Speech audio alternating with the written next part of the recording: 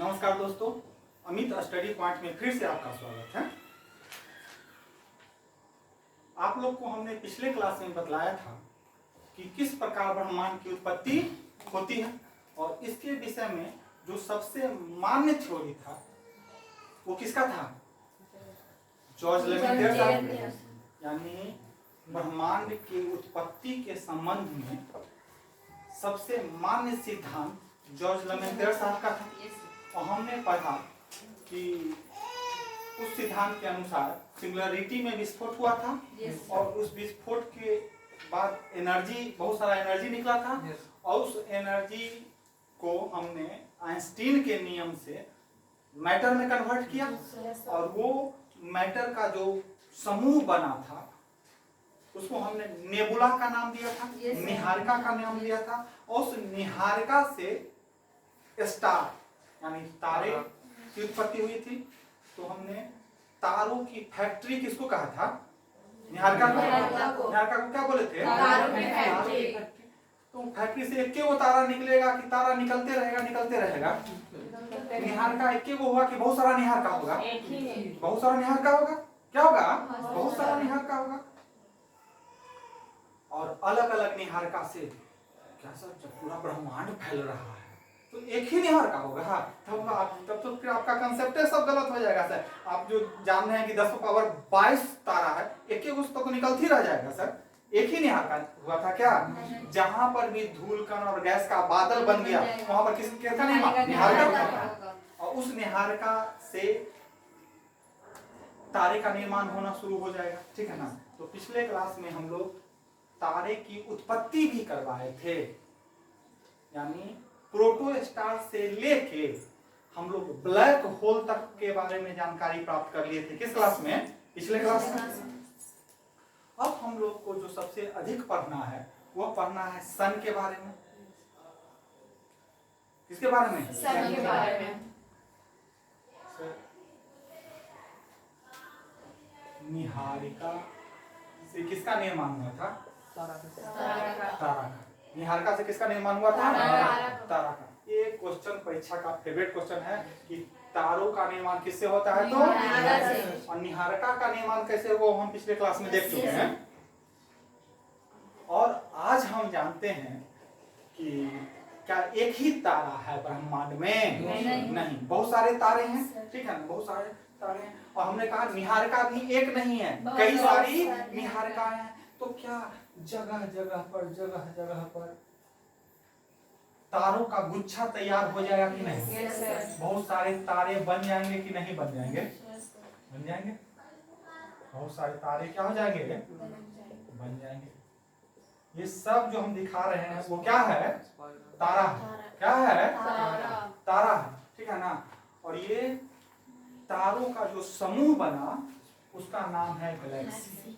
क्या नाम है? गैलेक्सी। यानी कोई पूछेगा आपसे गैलेक्सी क्या है? तारों का समूह। तारों का समूह। तो जहां भी तारों का बहुत सारे तारे का समूह हो जाएगा उसको हम लोग क्या कह देंगे? गैलेक्सी कर। इसी को हब्बल साहब देखे थे, लग रहा था कि चमकदार नदी है, तो वहीं से इसके बारे में जानना शुरू हुआ था। ठीक ना? तो गैलेक्सी का तो क्या ये जो आपका गैलेक्सी दिख रहा है ये हमारा गैलेक्सी है? हमारा मतलब हम इसको खरीद लिए हैं? नहीं, हमारा गैलेक्सी मतलब कि हमारा सूर्य, हमारे तारा का क्या नाम है? जिस गैलेक्सी का हिस्सा हुआ हमारे पापा जिस घर में रहते हैं उस घर को हम अपना घर बोलते हैं कि नहीं? तो हमारा सन जिस गैलेक्सी का हिस्सा है उस गैलेक्सी को हम लोग अपना गैलेक्सी कर दिए। और इस गैलेक्सी का नाम है मिल्की वे। यानी दुग्ध नेत्रा। तो कोई पूछेगा आपके गैलेक्सी का क्या नाम है? तो मिल्की वे। तो क्या पूरा ब्रह्मांड में सिर्फ हमारा ही एक गैलेक्सी है? नहीं। ब्रह्मांड में गैलेक्सी की कुल संख्या 10⁻11 है। यानी 100 अरब। कितना अरब? 100 अरब गैलेक्सी की संख्या है। और सब गैलेक्सी का आकार एक जैसा नहीं है। जो हमारी गैलेक्सी है दुग्ध मेखला वह सर्पिलाकार है। इसका जो आकार है सर्पिला आकार है। लेकिन ब्रह्मांड में 3 तरह की गैलेक्सियां हैं। कई तरह की गैलेक्सियां हैं? कुछ गैलेक्सी का आकार सर्पिलाकार है, आइए। कुछ गैलेक्सी का आकार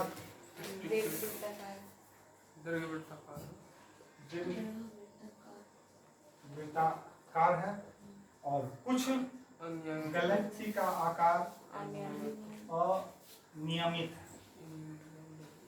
इसको स्पाइरल बोलते हैं, इसको इलिप्टिकल बोलते हैं, और इसको इरेगुलर बोलते हैं इंग्लिश में, ठीक है। तो ब्रह्मांड में कई तरह की गैलेक्सियां, स्पाइरल, इलिप्टिकल और इरेगुलर। तो हमारी गैलेक्सी कैसी है? स्पाइरल। हमारी गैलेक्सी कैसी है? स्पाइरल। नाम क्या है? तो क्या इसका एक ठो तारा सन होगा कि नहीं होगा? सन होगा, होगा, ठीक है ना। और सन का निर्माण कैसे हुआ है वो हम लोग पढ़ चुके हैं। Yes sir. अब देखेंगे हम लोग कि प्लेनेट की उत्पत्ति कैसे होती है। किसकी उत्पत्ति? प्लेनेट की। तो प्लेनेट की उत्पत्ति के संबंध में जो मोनोस्टार थ्योरी, डाई स्टार थ्योरी, ये सब डुअल स्टार थ्योरी, ये सब जो है वो सब फैल हो चुका है। माना गया है वो सब संकल्पनाएं सही नहीं है। तो फिर ग्रह का निर्माण हुआ कैसे? तो इसके विषय में एक संकल्पना आई जिसका नाम है ग्रहाणु संकल्पना या सिद्धांत, ठीक ना। ग्रहाणु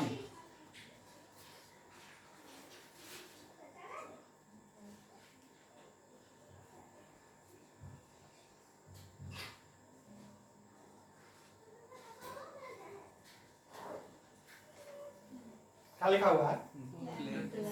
प्लेनेटेसिमल थ्योरी, यानी कौन सिद्धांत? ग्रहाणु। हम आपको यहाँ तो नहीं दिखा सकते हैं सर, क्योंकि ये मेरा व्हाइट बोर्ड है। अगर स्मार्ट बोर्ड रहता तो हम आपको दिखा देते, लेकिन हमने आपको मोबाइल में दिखलाया था। इस तरह से ग्रह का निर्माण हो रहा है। थोड़ा समझना चाहते हैं तो ऐसे समझ सकते हैं कि जैसे पिछले क्लास में मैंने तारा का निर्माण करवाया था, तो सन भी एक क्या है? तारा। तो ये मान लीजिए आपका सन है, ये आपका क्या है? सन है। आपको पता है कि आपका जो सौर मंडल में बताए हैं, सूर्य आता है, आपके 8 ग्रह आते हैं, सभी के उपग्रह आते हैं, उल्कापिंड, क्षुद्र ग्रह, धूमकेतु इत्यादि इत्यादि, सब किस में आते हैं? सौर मंडल में। तो ये सौर मंडल का मुखिया कौन? सूर्य। सौर मंडल का मुखिया कौन? सूर्य। तो ये जो सूर्य है सर, इसमें 99.8% मटेरियल किसका है? सूर्य का। आपको आश्चर्य नहीं हो रहा है कि सूर्य, हम एओ के बात कर रहे हैं, पूरे ब्रह्मांड का मत समझ लीजिएगा, हम सौर मंडल का बात कर रहे हैं, ठीक है ना। तो सौर मंडल का 99.8% भाग सिर्फ किसमें है? सूर्य में। आपका जो पृथ्वी है ना सर, औसा 10 लाख से अधिक पृथ्वी किसमें घुस जाएगा? सूर्य में घुस जाएगा, ठीक है ना। तो समझ जाइए कि सूर्य कितना विशाल है। तो मात्र 0.2% भाग से अन्य सभी चीजों का निर्माण हुआ होगा, ठीक ना। तो सूर्य का निर्माण बता चुके हैं हम। अब देखिए इसके चारों ओर सर बहुत सारे धूल कण वगैरह उपस्थित थे। किसके चारों ओर? ये खिंचाए इसलिए नहीं, इसमें गति हो रहा है सर। इसमें क्या हो रहा है? हम आपको अपकेंद्री बल, सेंट्रीफ्यूगल फोर्स और ग्रेविटेशन का सिद्धांत दे चुके हैं, जिसके कारण कि सूर्य में और अन्य ग्रहों में बैलेंस बना हुआ रहता है। उसी बैलेंस के कारण इतना अधिक द्रव्यमान होते हुए भी सूर्य इन लोग को खींच नहीं पा रहा है, ठीक है ना। तो हमने कहा ये क्या है? धूल कण है, गैस है। 0.2% का भाग है। और ये मत समझ लीजिएगा कि हाँ कुछ इंच में है, नहीं, ये हजारों किलोमीटर में क्या है? फैले हुए। हजारों किलोमीटर में फैले हुए। फिर यहाँ पर साइंस का थ्योरी लगेगा सर, कोहेशन। कोहेशन मीन्स होता है कोहेशन। आप लोग पढ़े होंगे फिजिक्स में ससंजन बल नहीं पढ़े हैं? ससंजन बल, असंजन बल, कोहेसिव फोर्स, अधेसिव फोर्स। तो वो जो कोहेशन फोर्स है, कहेगा नहीं सर उतना साइंस का जानकारी में है, तो ठेठ भाषा में समझिए, कोहेशन मीन्स होता है चिपकना। कोहेशन मीन्स क्या होता है? चिपकना। तो ये जो कण है आपस में क्या होने लगे? चिपकने लगे। ठीक उसी प्रकार जो सूर्य में हुआ था, चार्ज हुए थे, चिपके थे, ठीक ना? तो ये भी आपस में क्या होने लगे? चिपकने लगे। और चिपकने लगे तो उनका आकार बढ़ेगा कि घटेगा? बढ़ेगा। एक में दूसरा, दूसरा में तीसरा, तीसरा इस तरह से सर ये चिपक रहे हैं। तो इनका आकार क्या हो रहा है? यहाँ चिपक रहे, तो इस प्रकार यहाँ भी तो ऐसे हो रहा है सर। और इसका द्रव्यमान बढ़ते जा रहा है, बढ़ते जाएगा तो फिर ये दोनों में क्या होगा? टक्कर। क्या होगा? टक्कर। कोलिजन। कोलिजन मींस टक्कर। टक्कर होगा, फिर ये टूटेगा। तो मान लीजिए टकराया, कुछ टूटा और कुछ रह गया, तो ये घटना को है चिपकने का और टक्कर होने का घटना हमेशा होते रहेगा कि रुक जाएगा? हमेशा होते रहेगा। तो होते होते छोटा पिंड बड़ा होते जाएगा। जब बड़ा होगा, मास बढ़ेगा, तो गुरुत्वाकर्षण भी क्या होगा? बढ़ेगा। अभी थोड़ा देर पहले हम, अभी नहीं सर, पिछले क्लास में, अभी नहीं, हमने अमेज़न और फ्लिपकार्ट के बारे में बता रहा था। वो कंपनियां पहले आई, उसका आकार बड़ा हो गया, अब वो छोटे छोटे कंपनी को निगल रही है। आप पहले रिटेल में जाके कोई सामान खरीद लेते थे, ठीक है ना? अब क्या है कि आप घर बैठे ऑर्डर दे दिए, आपके घर पर आ जाता है। तो क्या बेचारा बेरोजगारी उसका बढ़ रहा है कि नहीं बढ़ रहा है? तो क्या होगा? उसको घाटा होते होते अंत में वो अपना दुकानदारी बंद कर देगा कि नहीं बंद कर देगा? तो अब बताइए, जब कोई बड़ा पिंड तैयार हो जाएगा तो उसका ग्रेविटेशन बढ़ेगा, तो छोटका सबको सटा लेगा कि नहीं? कोहेशन के कारण क्या हो जाएगा? उसका आकार क्या होते जाएगा? बढ़ते जाएगा। और एक समय ऐसा आएगा कि उसका आकार इतना बड़ा हो जाएगा, जैसा अमेज़न का बताए थे, इतना बड़ा आकार हो जाएगा कि बाकी पिंड अब उसको ज्यादा तोड़ ही नहीं सकता है। दूसरे पिंड को वो क्या करने लगा? अभी फिगर दिखाए थे आप लोग को, ठीक है ना? और इस दोनों घटना को सामूहिक रूप से कहा जाता है एक्रीशन। क्या कहा जाता है? एक्रीशन। और इसी घटना के द्वारा किसका निर्माण होता है? प्रोटोप्लैनेट का। किसका निर्माण होगा?